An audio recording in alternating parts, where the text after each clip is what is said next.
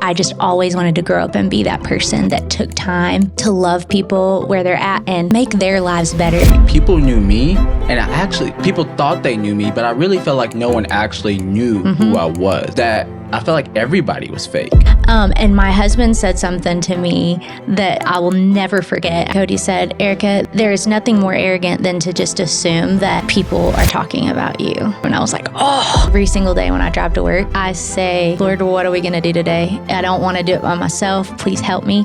My dad talks about this. He says, a lot of times as a business owner, you try to make things happen. By me saying, Lord, what are we doing today? That's me saying, I don't have it. I don't have it, and I need you to help me.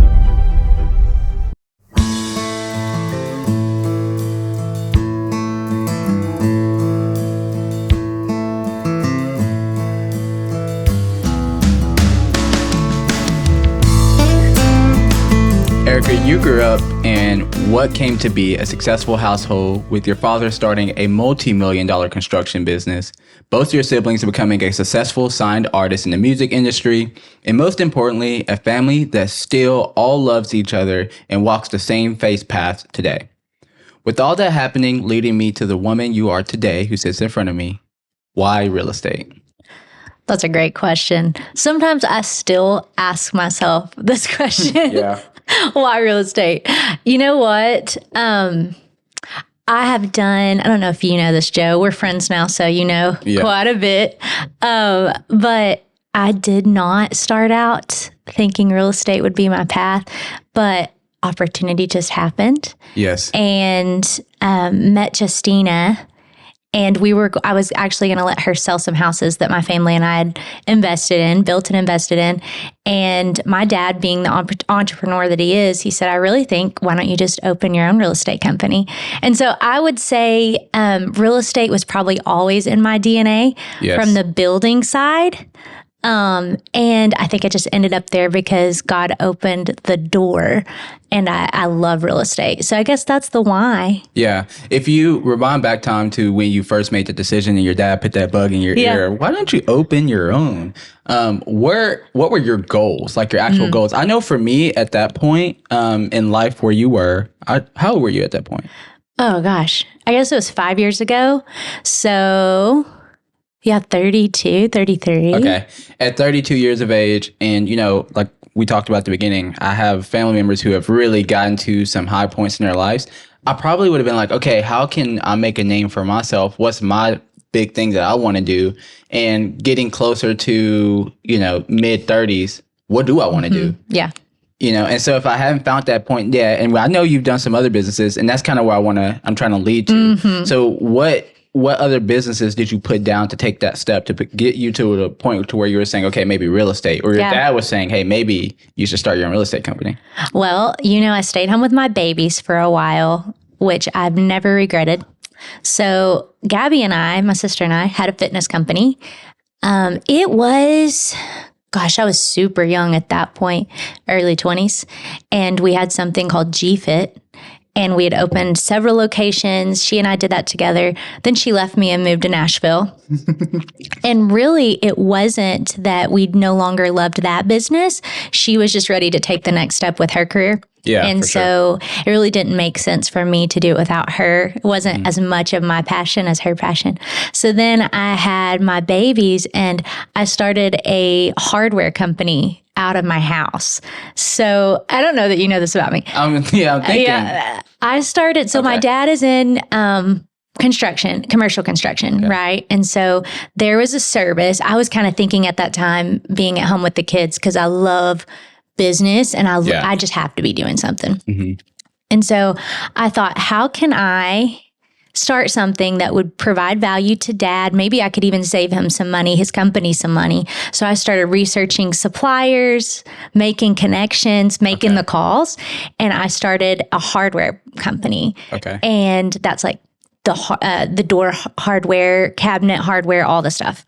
Did that, but Dad was my only customer. And what helped me with that was I was able to completely stay at home, negotiate from home, all of those things. And it really prepared me, I guess, with the business side to do what I'm doing today.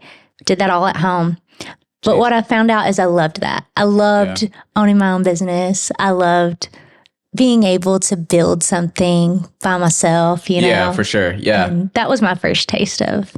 One of the things you said, and you said this first taste, so you may just answer this question, is you said you really enjoyed building a business. Like that's what you said at the beginning of that. And so I'm wondering, did that start before that moment? Because I know I've heard your story, and if people haven't, they can go check out a little bit more of an insight into a conversation with you and your dad that you did on the Heritage Group podcast. But picking back off that conversation, I know you helped your dad a lot over the years when you were younger, you know, cleaning, sweeping, doing a bad job sweeping. Yep, doing a bad job. And so did that start there, or did it start later? Because I'm also saying that because I know that you said in that podcast you didn't have any idea of how successful or not successful your dad's company was at that time. Yeah. I think it's kind of just I don't know if an entrepreneurial spirit starts when you're super young and it's a personality thing, or if it's a learned behavior. Yeah. Kind of think probably a mixture of both. But, you know, I grew up and both of my parents had that. And I also, when I first got married, to take it back even further, when Cody and I first got married, we started an office supply company.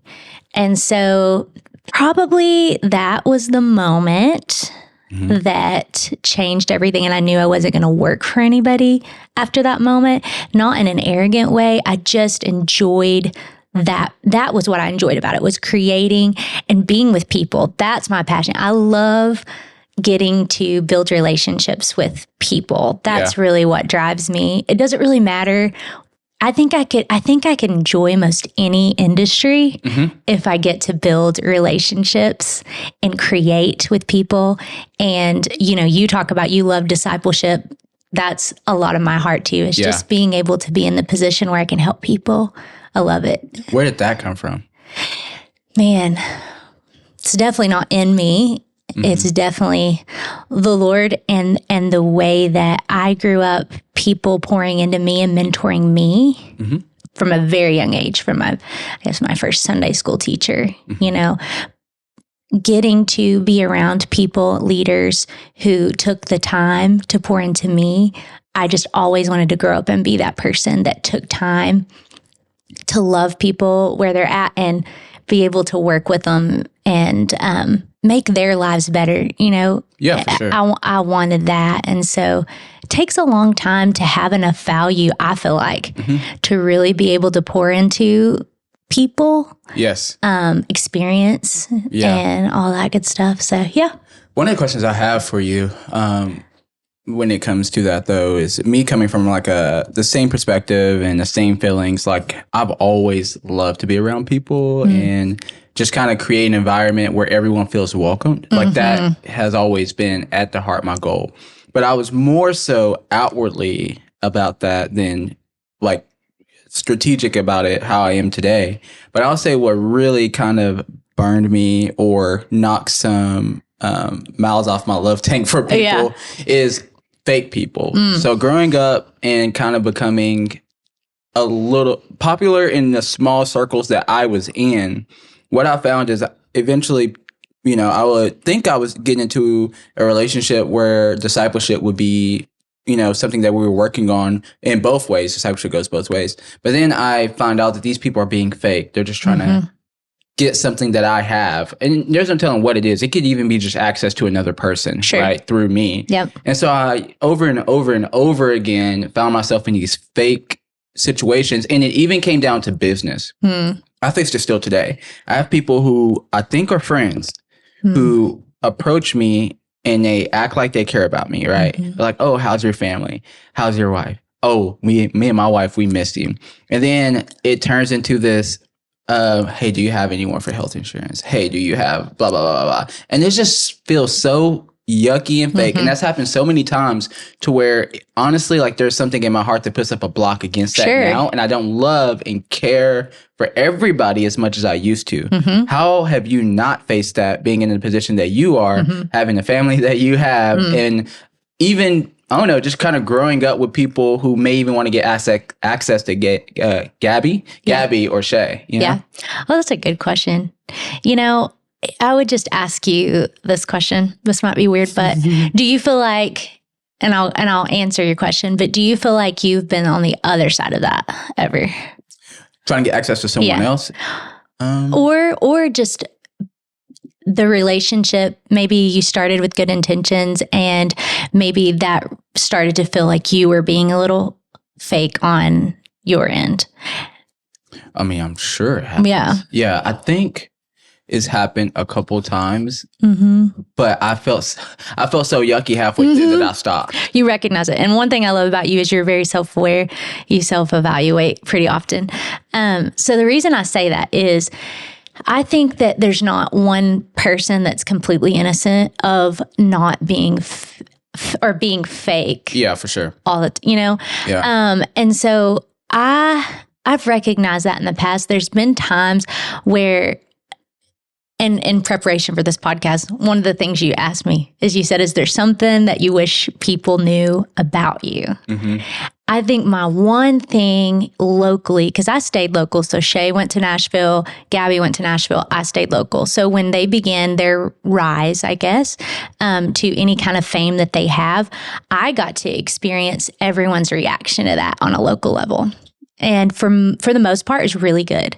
Everybody was cheering and they were super kind. Then there's also a group of people that, say that they know my family and maybe they don't know us to the core, but they had opinions anyway, right? That part, though. Yeah. That part is what I want to specifically talk about. Because I feel like you, with your personality, you did grow up yourself independently of your siblings and all the success that even your father and your family have. Independently of all that, you grew up being well known yourself.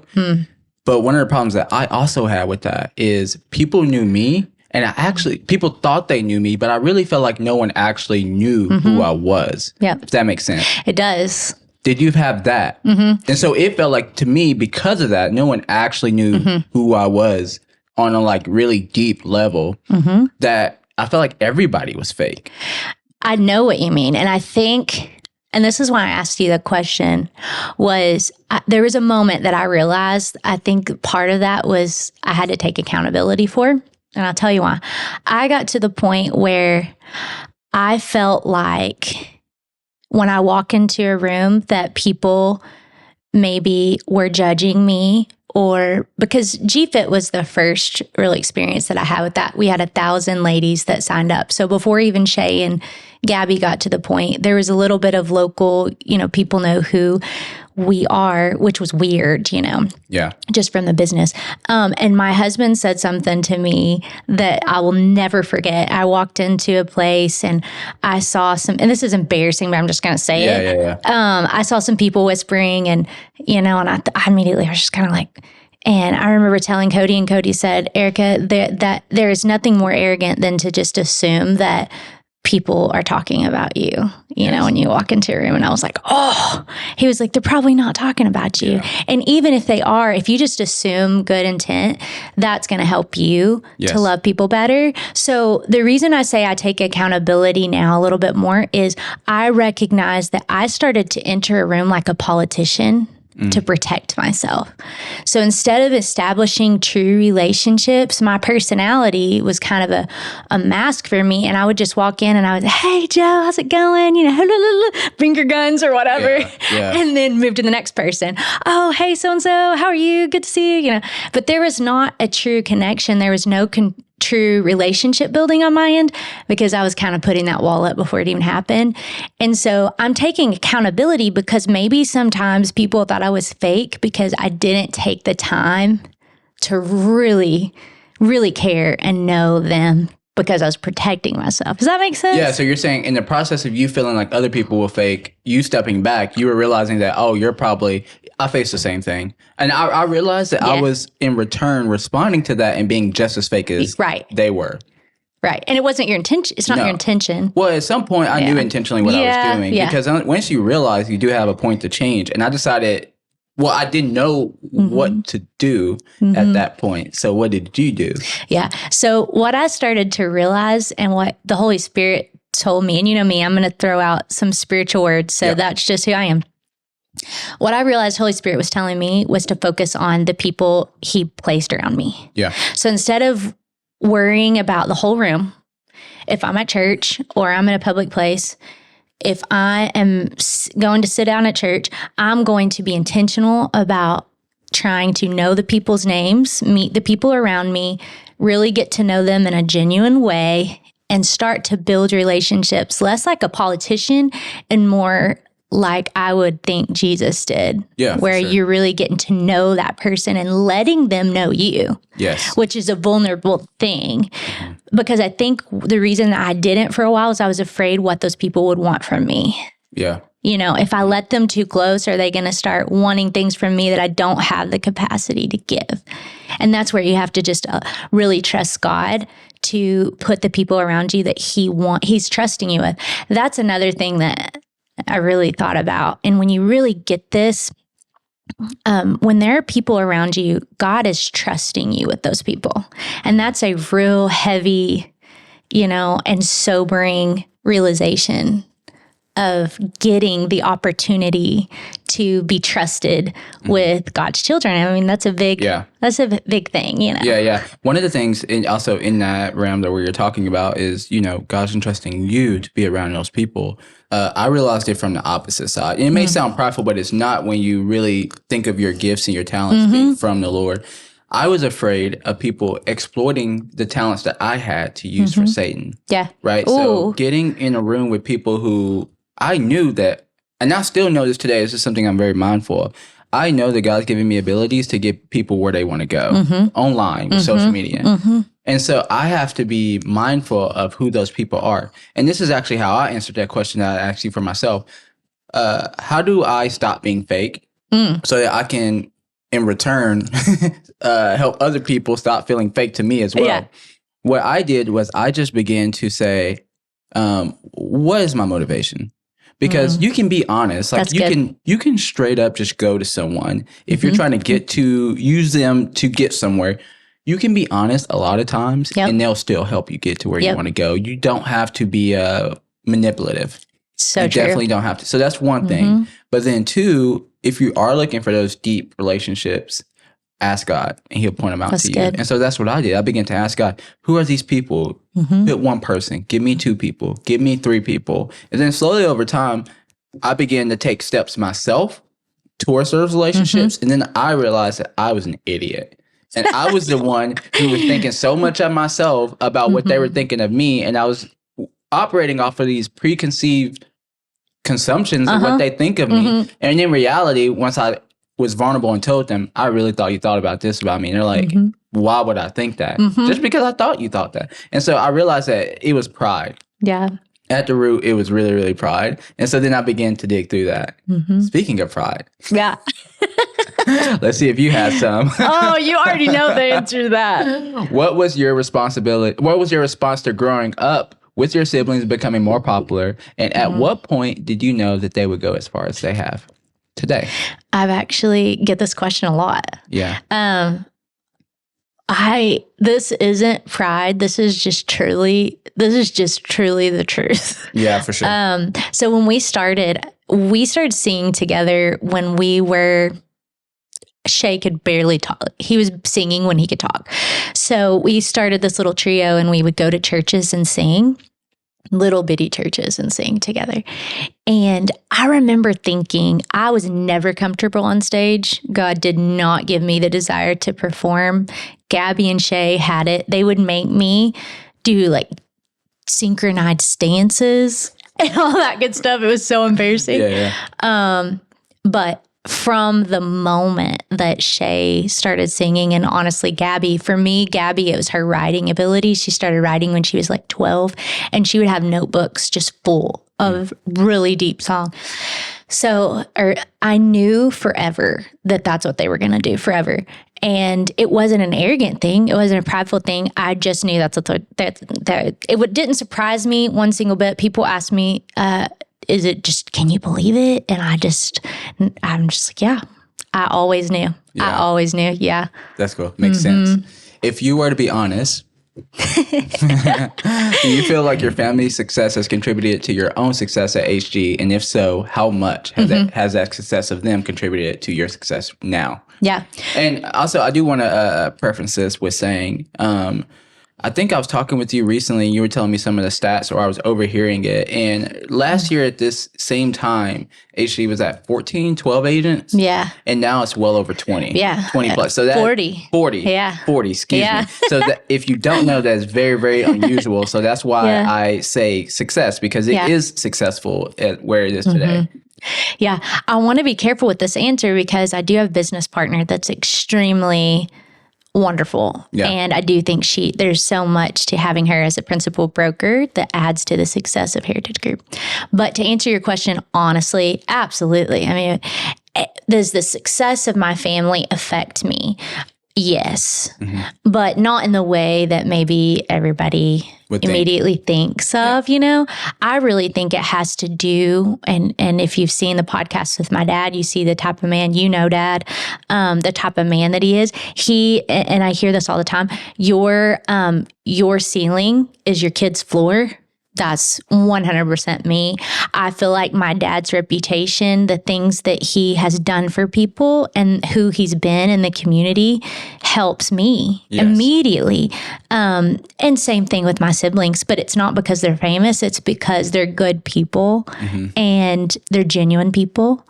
And I'm sure fame, every once in a while, I'll get a lead from out of state and I'm sure they know, you know, my family. So yeah, every once in a while that happens, but definitely think it has more to do with how you treat people. And it's just what you sow, you reap.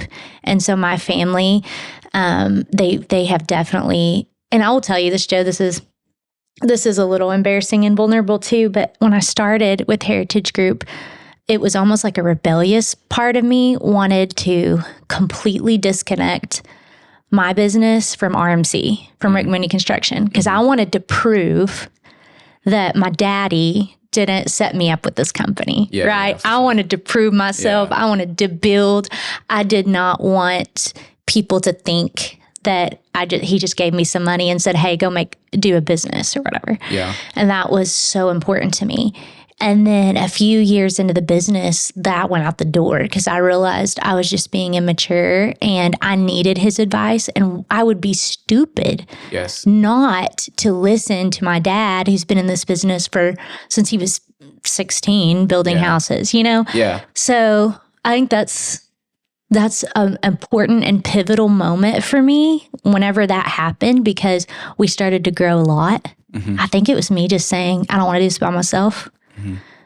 Give me advice. Yeah. You know? And it's so it's a blessing that you did have people there because, I mean, a lot of times, a good scenario now is, for me, I'm saying that same thing now. I don't want to do it by myself. And luckily, God's placed those people around me. But if I even would have said that a year ago, I'm not sure I would have had the people around me to actually help. Yeah. You did. You had your dad. You had, and honestly, even outside of your dad, I just think, even utilizing Justina more and having, I think she's a great resource, like you said. She is.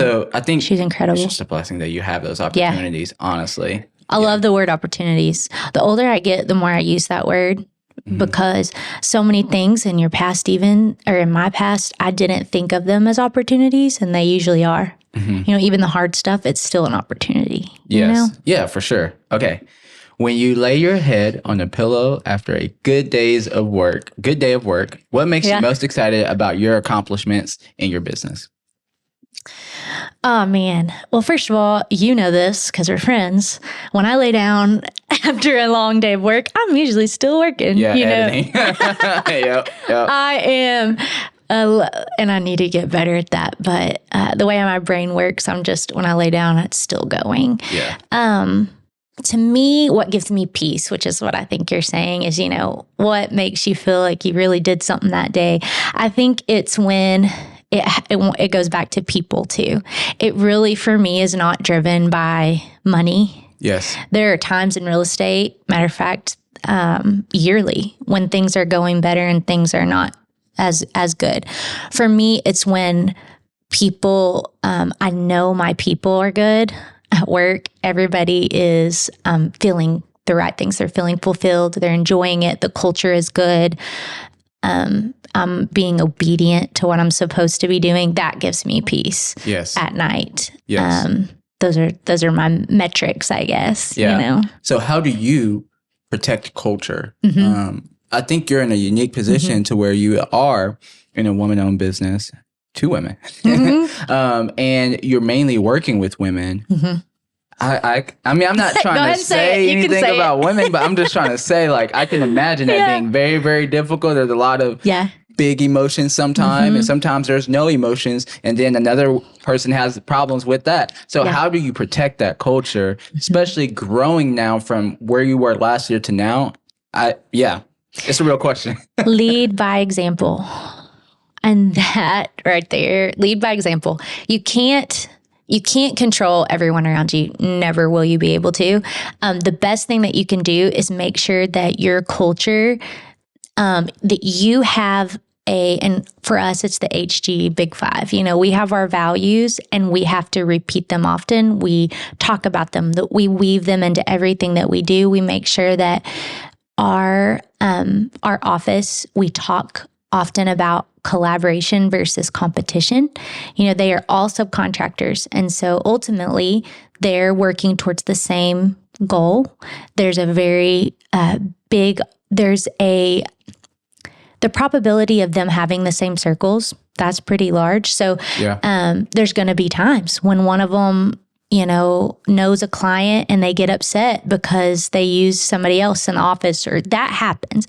The best thing that you can do is to lead by example. Make sure that I have to make sure my emotions stay in check. I have to make sure that I'm allowing Holy Spirit to check my emotions at the door, and make sure that when I'm talking to agents that I'm stirring peace and not, you know, division. And that's, I would say that's the biggest thing. Our leadership really does a good job with that. We're not perfect. There's going to be days. And I do this with my kids, but I say, let's hit reset, you know, and I literally make them push an imaginary button of reset. So nobody's going to be perfect with culture. But I think if you're a company and you're growing, the biggest thing is lead by example and be honest about it. Are you leading by example? Yeah, for sure. Don't fake it. Yeah. You know? Yeah. Okay. I'm thinking.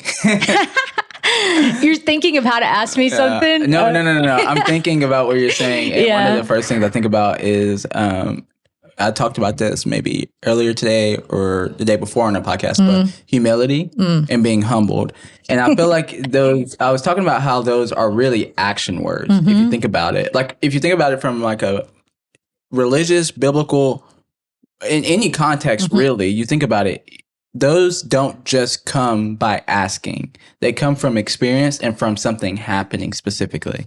And so you may, you know, have a moment where you're prideful and you get humbled.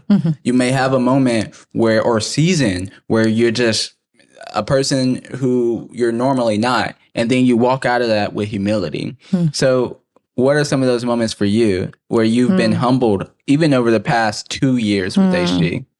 That's a really good question, because I could almost tell you it's a daily humbling. I'm trying to think of specific examples. I will tell you something that I do every day as a practice. I've not been perfect at it. There's been days that I get distracted. But one of the things I do every single day when I drive to work is I will hit, and I can like envision the place that it happens every day, because it's how much of a habit. Before I turn on to Chad Colley, I say, Lord, what are we going to do today? I don't want to do it by myself. Please help me. And I know that probably doesn't sound like a huge act of humility, but before, my dad talks about this. He says, you know, a lot of times as a business owner, you try to make things happen. You wake up, you're like, oh, I got to make this happen. By me saying, Lord, what are we doing today? That's me saying, I don't have it. I don't have it, and I need you to help me. Another, I guess, more different ways of humbling that's happened in the last couple years. I think, thankfully, I'm in a much healthier place of welcoming the humbling, right? Okay. Because used to, it was just, I wanted to prove myself. I got a business coach, and there's nothing more humbling than sitting across from somebody and who knows every ins and out of business, and she's been a global leader in business. And so she'll talk to me, and you can tell after the experience I have, I'm not so dumb to what people are trying to do with me and help me with. Yes. You can see it coming. You can see her mind working, and you can tell she's trying to get you somewhere. and you recognize it in yourself, you're like, I did need help with that. Yeah. And that's humbling. Yeah. It's so humbling. I feel like when you watch somebody, you're sitting across and you watch, like in your case, your business coach, have that realization of what you're saying in the moment. I begin to feel this godly fear of like, oh no. Yeah. You begin to realize, or you're starting to realize like how maybe you were wrong in that situation. Or at least for me, I was wrong in that situation, but you don't know how yet. And you know they're about to explain it to you. So it's like scary, you know? I'll reveal one thing. I could probably talk all day about the things she identified, but one of them was just listen.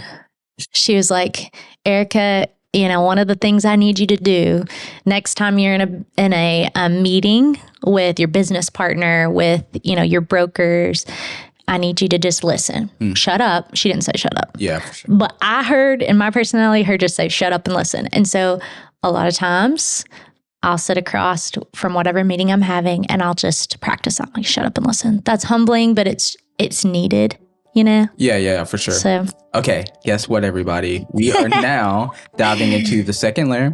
And the second layer is a time where we've talked through some of the things to get to know who Erica is already, but now we're going to pull back the layer even a little bit more, become a little bit more vulnerable than we already have been. She's been really good so far. Thank you for being so open. And talk about some questions that really are more personal to her and what she would do in these types of scenarios. So, the second layer. Dun, dun, dun. Dun, dun, dun. Okay. If I had been quietly watching your journey over the last 2 years, how would I describe the person who's sitting in front of me today? Completely different. Totally different person. I would hope that you see somebody that's a lot more teachable, that you would see somebody that is more emotionally mature and able to handle stress. Women, God just made us different. And the quicker that you realize that and accept that, the better, in my opinion. We are supposed to be nurturers. We are supposed to be softer. And so in the business world, it takes us a little time, if we're honest, to really be able to withstand some of the emotional tolls that it takes. Yes. So for me, I'm a lot less emotional. I'm a lot more willing to ask for help. I'm a lot more, I would hope that in 2 more years, if you were to ask me that, if I was quietly, I hope I would say the same thing. Yeah. Because I do not feel like I've arrived. And I feel like the quicker that you know that you'll never arrive, the more growth and the better, But for sure. I would say I haven't been around for 2 years, just a couple months. But in those couple of months, what I recognized, speaking about women in business, specifically at HG and the leadership and things that y'all have, is coming from a man's perspective, I think, we think about leading with authority and leading with the iron staff. Yeah. Like that's kind of what we picture as men in leadership. But it's been interesting over the past couple of months just to sit back and just listen to the way not only you and Justina, but even, other tiers of leadership handle things and talk about things. It's a lot more gentle. It's a lot more spoken out. Not even action all the time. That's mainly what I've noticed. It's like you don't immediately go to action. It's not, and I know you talked before that maybe was something that you would do if you noticed a problem or conflict. You would go to action. Hey, come, let's talk. But I've learned it's a lot more thought out now and soft spoken. And I'm like, okay, how can I feel like we're not always supposed to lead with the iron staff. I think there are moments. Yeah. Yeah. I think there's both, It's so interesting because you're right. And I love hearing people's feedback from watching different businesses, because there isn't a formula for every business and it works different places. We have, we started with Brandon being the only dude there.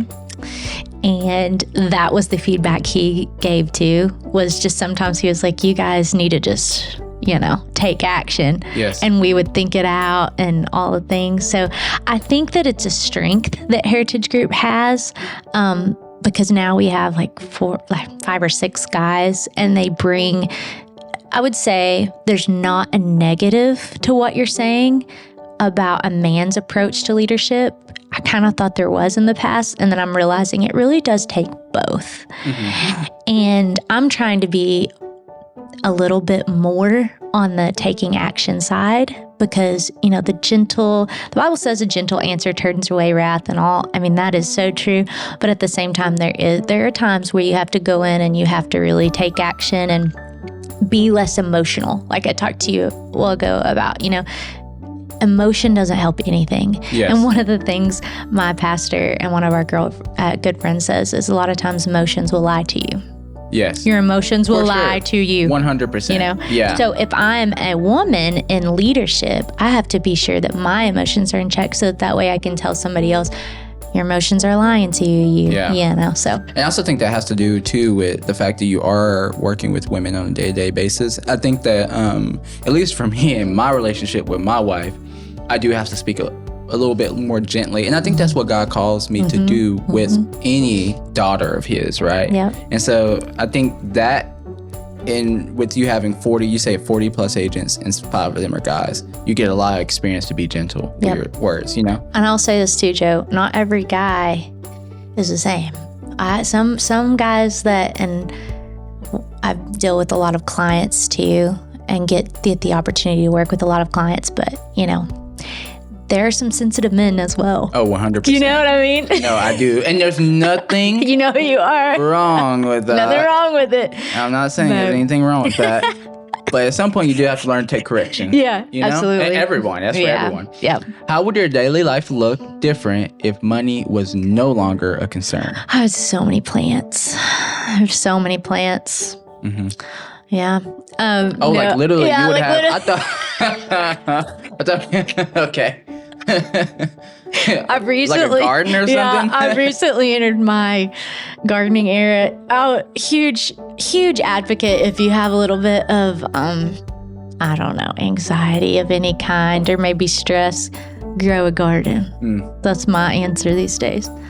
Let's just go ground with bare feet and pick peppers. Yeah, for sure. That's what I'd recommend. Yeah. No, if money was no longer a thing, to be honest with you, it'd look the same. Yeah. I love what I do. And so I'd be sitting here with you. I'd be at the office. I just enjoy it. You know, for me, it truly isn't a money motivated thing. Mm-hmm. So my life would look different. Be nice. I know. You would just leave us. You would be trips all the time. Is what no. That's probably what Lauren would want to do. I would want to do more of what we're doing right now. Yeah. And only do that. And just have a team doing all the behind the scenes, and I'm just able to relax a little bit more and have deeper conversations. Yep. I think that's coming. I don't know. I just like that. Yeah. And that's not, I don't think it's right now. I think that's where God wants me to be right now. So that's why we're not there, my friend. It's coming. If your soul had an age, what would it be and why? It'd be like 14. No, I honestly don't. I would say I'm not an old soul. Yeah. So I married an old soul. Which is so interesting because, your husband, but also I feel like you're surrounded by a lot of old souls. I am. You're right. That's true. That's so true. Thank goodness, because my soul is wild. Wild. Not even wild, but just, I don't know. I'm one of those moms. I don't want to be like my kids. Like I have 2 teenage daughters. But I do feel still like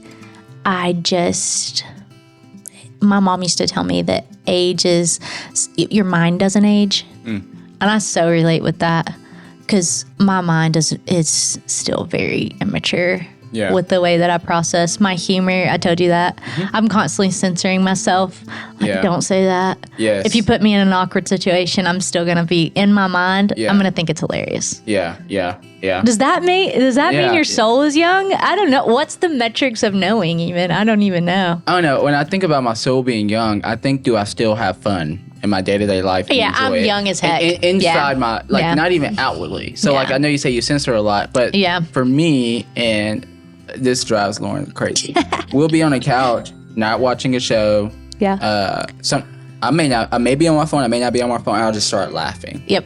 She's like, "What are you laughing at?" I'm like, even if I tried to understand to you, like explain it to you, you wouldn't understand. And I just basically told myself a joke in my head. And I'm over there laughing at myself. And I feel like that is like what I think of when having a young soul. You're still having fun with yourself. You know? 100%. Like, you don't need a We're just big having fun. crew to have a party. No. When you do have a lot of people, really time to party. super but fun. yeah, that's what I think about. If you lost everything tomorrow, what's the first thing you would do? Don't say plant a garden. First thing I would do if I lost everything. Well, first of all, if it was just everything, I'm gonna be fine, because the older you get, the more you realize it's the people. It's your people. So I'm probably gonna be comforting my sweet family. Cody's gonna be fine. He's gonna buy a tent with he's gonna sell something and buy a tent, and he's gonna be fine. So the good thing is I married a man who would lead us right into the next thing. But I mean, it's just, where your value, where's your treasure stored up? The Bible says it's in heaven. I'd been raised that way my whole life. I'm not saying it wouldn't absolutely be devastating, but I mean, people are where it's at. My friends would let me come live with them, Yeah. That'd be fine. It'd probably be like Golden Girls started a little bit quicker, I believe that too for myself, but I do want to ask, are you a materialistic person? No. You're not? Nope. No. But, we've had this conversation. I'm not a cars person. Yeah. There's just not a whole lot. I say that. I think if we're all honest, can you even be American and not think that come on. Yeah. I mean, I would like to think it. Yeah. But and I also think it depends on what you're comparing to. For sure. Because I would say, for sure. I would, outwardly looking, I would say, no, knowing you, I would say, I think you do care about some things. Yeah. But they're the things that you do care about. So it's like materialistic people, I think of them as, I'm just going to go buy something just because I'm self-loathing or something like that. They use it for that type of metric. And I don't think that's you. No, I mean, but I care about what I care about a lot. I care about what I care about. Yeah. I don't get my nails done. I haven't got my hair. When I think of I think when girls think materialistic, they think like that. They're like, when's the last time you got your nails done? But I do buy makeup. Okay. And what would I do? Yeah. I feel like you're big into clothes. It would be a problem. You're big into clothes. I love clothes. Yeah. But it's more of a fun, outward, creative expression that it is like, I have to have it. Oh. You know what I mean? Yes. I'm like definitely if you took it like away, that. You wouldn't be. Yeah. I'd be fine. Yeah. Yeah. I get that. Yeah. For sure. Okay. What's one thing you wish more people would know about you? We did touch on this a little we bit kind of earlier, answered it already. But answer it. I wish that people knew that I am a smiley person, and I am somebody that is around. When I'm around people, I like to talk to them. I like to talk to them and make connection. I wish people knew that was really who I am. When I walk away, I'm not saying, ew, I couldn't stand that person, or, I genuinely don't feel a competitiveness. That's one of the beauties about getting older, is there's not that anymore. Mm-hmm. Any of that worries about, what do they think about me? I hope you like me, but if I'm being kind to you, that's who I am, and I'm wanting them to know that is not a fake thing with me. It might have been in the past, but it's not anymore, Yes. What do you never, because I feel this way, so I'm being honest. Yeah. But so do you never not walk away from a conversation and you're like walking back with Cody or something, and you never feel or even say, like, I could care less for that interaction I just had? Oh, I think I can't think of a time recently, even in the vicinity of now, when I felt that way, but I'd be lying if I had said that I'm perfect and, I just love everybody. Yeah. And no, Yeah, absolutely. Sure. And I think that's okay. Not. That's normal. Yeah, that's normal. That's okay. But I do think that, and I say normal, that's just the nature of who we are as people. We're not Jesus. So we're going to walk away sometime and be like, did you hear what they said? You know? But I did marry someone who is not you're not going to get the reaction from, I think that's why I am Joe, who I am now, is because I chose well. Yeah. And if I were to try to do that, like if I were to have a conversation with somebody and I'm just being kind and they're being kind and I walk away and I said, I didn't really care for that, Cody would look at me and say, that's not how you acted at all. What are you talking about? And I don't think they're that way. He would not, what do you say? He would not encourage that or enable that. Yes. He would not enable that. Yes. And as a man, I really think, I feel like this is you. I don't know Lauren as well, but I feel like that you are the type that you guys have a healthy marriage where you can give each other feedback like that.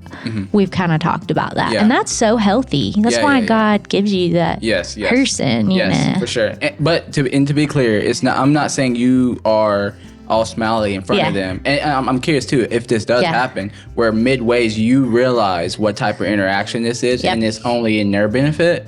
So then I will check out, but they don't catch the cues. So then when I'm walking away, I'm saying, you know, like, did you smell that in the air? Like, I didn't like that interaction, you know? Or I just felt like they're asking a lot of me or whatever. Oh, yeah. I see what you're saying. Yeah. Not so much I just didn't care for their personality, but more of there's something a little shady going on there, and I'm catching on to it. Yes, like discernment. Like having discernment, but you realize it midway, and you do change. And maybe these people aren't my friends, like, yes, but they want to be. They want to be, But they want to be. No, I think that's why the Bible talks about discernment, because we'll need it. Yes, for sure. Unfortunately. Yes, for sure. But people don't talk about that because they think that's wrong. I think that's the point that I'm trying to make. I know what you're saying. Yeah, and you need to be able to be honest with yourself about that, and as soon as possible, because if you do the opposite, like you're saying, and you are still in front of them and pretending stuff, like they have no idea. 100%. I have no idea. You really know this, but I'm definitely not someone who is unaware. You know what I mean? I'm gonna give you my best. I'm gonna give you that. But then for sure, if I'm picking up on something, then the older I get, the more I realize I can guard my heart. Yes, guard your heart. And go watch our podcast coming up because we'll talk all about that. Yes. Okay. Thank you so much for making it through the second layer. Yes, I know. Okay, now we're jumping into some fun, interactive. Would you rather? Are you ready? Yeah, I'm ready. I'm so ready. They never read these, so you have no idea what's coming up. I don't have any idea. Would you rather live in your dream house but never be able to move, or live anywhere you want but always have to rent? Oh, dream house. I don't want to rent. No, I don't want to move either. I'm boring. Did you know growing up, I moved one time across the street. And then now I live 1 mile from where I grew up. Gosh, it was easy. I feel like that is a difficult question now, because if it were like, okay, let me phrase this right, because I'm not trying to call you old. You can. I told you I'm old. Like at my age, maybe even like 2 years younger. Yeah, I will forever. That's hard though. Yeah, you are not going to rent forever. No. Well, I'm just saying I would love the idea of moving around and like renting. Getting to choose. But yeah, I'm a homebody. I want to have a ranch or something. Yep. Okay. Farmer Joe. Yeah, I know. I want to do it. Would you rather manage a team of top performing agents who are high maintenance? Snap. Sorry. Or an average team that is super low maintenance? Oh, give me the top producers. Yeah. High maintenance is not a problem for me. Yeah. Yeah. I'll take them all, to be honest with you. But that's a hard question. Yeah, I mean, low maintenance is ideal, honestly. But I'm going to tell you something. Every top producer is going to be kind of high maintenance. Yeah. And I'm not talking about specifics here, okay? Because to be honest, my very first top producer, she is one of my closest friends, right? And I wouldn't label her high maintenance, but I have read every book that I've ever read. The same thing that makes people driven to that a lot of times makes them high maintenance. Some of your clients, real estate clients, some of our best clients, they want the most communication, but you know what else? They demand that of themselves as well. So yes. Do you think you're high maintenance? In what way? Like in a more general way. So like when I consider someone high maintenance, they're someone who needs. Do you think I'm high maintenance? I'm your client. That's what I was thinking. Your client. No, not in that respect though. No, but I'm thinking, I never thought about it. So no, I feel like when someone is high maintenance, you've thought about it. Yeah. I know. I think that there's elements that I'm very high maintenance with. My husband does all the cooking. Like, what did he say?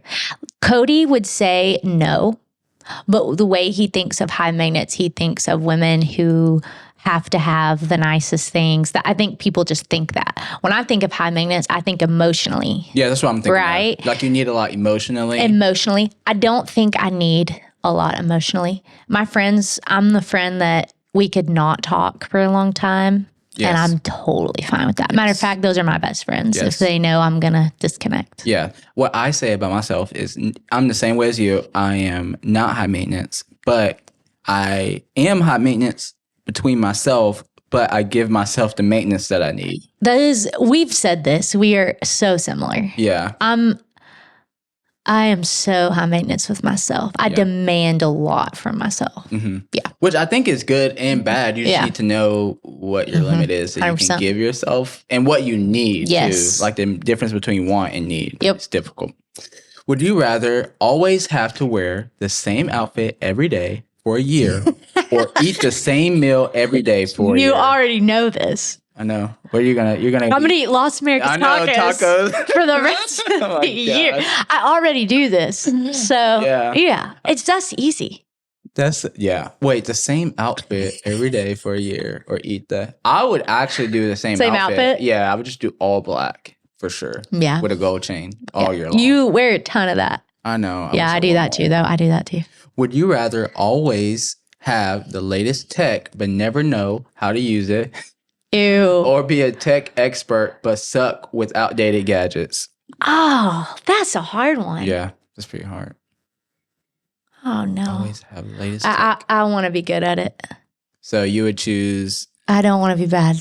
Yeah. No, I would probably... Because what are you going to do with the new stuff if you don't have to do it? Well, I think that, like, if you give a soccer mom a $5,000 camera... and she has no idea how to use it, and you give that soccer mom a Canon T3i, I feel like having the more expensive camera, she's just going to get better results by... That's true. Just using it. Yeah. By just snap and click. Like opening click it. And snap. Yeah. You would think that until you work with people that can't.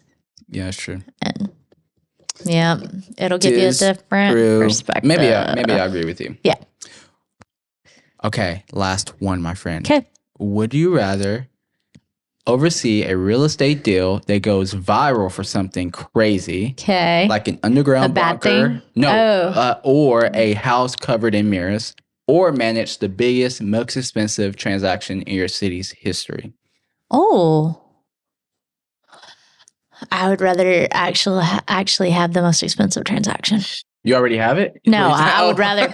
I would rather have it. Yeah, same. Going viral, which I have gone viral for, but for bad certain things, right? Though. I'm joking.